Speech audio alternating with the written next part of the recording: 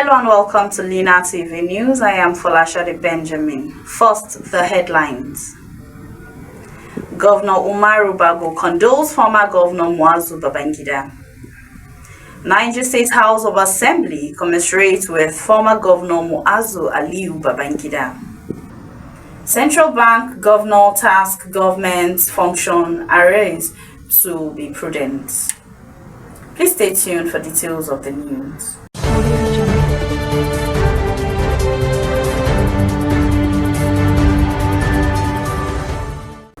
Former Governor Mohammed Umaru BAGO was among hundreds of sympathizers that attended the funeral prayer of Hajia Jamila Aliyu, mother of the former governor of Niger State, Dr. Muazu Babangida Aliyu. The chief imam of Mina, Malam Ibrahim Isa Fari, led the funeral prayer, which was held at Mina Central Mosque. The former governor was equally present at the Ugwandaji Cemetery, where the deceased was laid to rest. While condoling with Dr. Babangida Aliyu, the former governor urged him to take solace in Allah and be comforted by the fact that his mother lived an accomplished life. Some dignitaries at the funeral rites were the Deputy Governor of Niger State, Comrade Yakubu Garba, former Niger State Governor, Senator Abubakar Sani Bello, Senator Mohammed Sani Musa, former Niger State Deputy Governor, Ambassador Ahmed Musa Ibeto. Others are top government officials, the emirs of Kotangora, Lapai, Mina, and Kagara, Mohammed Babangida, APC and PDP stalwarts.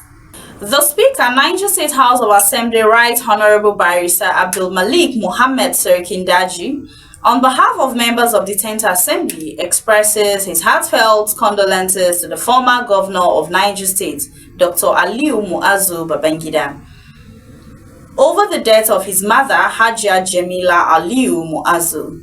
He described her death as not only a loss to the family but to the state at large. He equally sympathized with the former governor, the family, and the people of Mina Emirates over the loss. He described the late Hajia Jamila Aliyu Muazu as a humble and virtuous woman who lived a life worthy of emulation. He therefore urged all to accept the loss as the will of Allah, knowing that every living soul shall taste death. The Speaker prayed Almighty Allah to forgive her shortcomings and grant her soul Al-Jannatul Firdaus, comforts her family, and give them the fortitude to bear the loss. Nigeria Labour Congress (NLC) yesterday stormed and locked down the premises of the Trust Fund Pensions in Abuja to take its stand against what it described as unfair labor practices by the firm. The Labour accused Pension Trust Fund of disengaging over 45 workers without due processes in breach of the labor laws. The Deputy General Secretary in charge of Organizing and Industrial Relations, Comrade Chris Uyot, who spoke with journalists at the premises, highlighted long-standing grievances related to workers' rights, management conduct, and anti-labor activities. Uyot said that despite attempts by the union to engage with the management, their concerns have gone unanswered, specifically the recent dismissal of over 45 workers without due processes, which has raised serious concerns within the NLC. The union contended that the laws of the country apply equally to all, including trust fund pension, and that unjust actions must be rectified. Similarly, NLC Deputy General Secretary Comrade Ismail Bello, during the protest, stressed that trust fund pensions employment practices are unacceptable, saying that many workers, particularly at the junior level, including cleaners and security personnel, earn less than the minimum wage of 30,000 naira. Bello further criticized lack of dialogue between the management and the union. He said that the picketing action was aimed at holding the firm accountable. According to him, we are not just here in the same building. Labour has invested there, and anyone associated with Labour should respect basic standards, Bello stated. The NLC, in partnership with Nigerian Union of Banks, Insurance and Financial Institution Employees, called on the Trust Fund Pension to recognize the importance of fair labor practices and engage in meaningful dialogue. The governor of the Central Bank of Nigeria, CBN, Mr. Olayemi Kadoso, has tasked officials of the bank and other government functionaries to be prudent in the management of public funds against the backdrops of current economic challenges confronting the nation.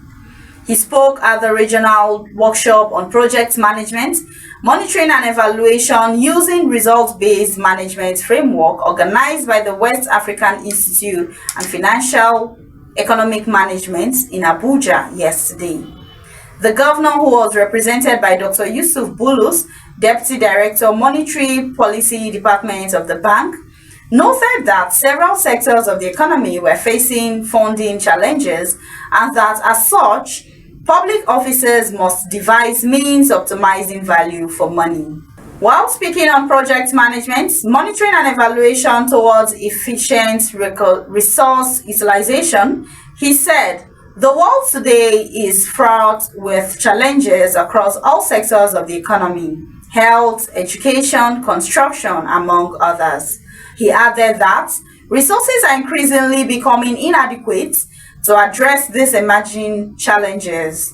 Therefore, managing scarce resources has become necessary in a tight fiscal environment characterized by growing human conflicts, geo-economic fragmentation, cost of living crunch, and climate change, among others.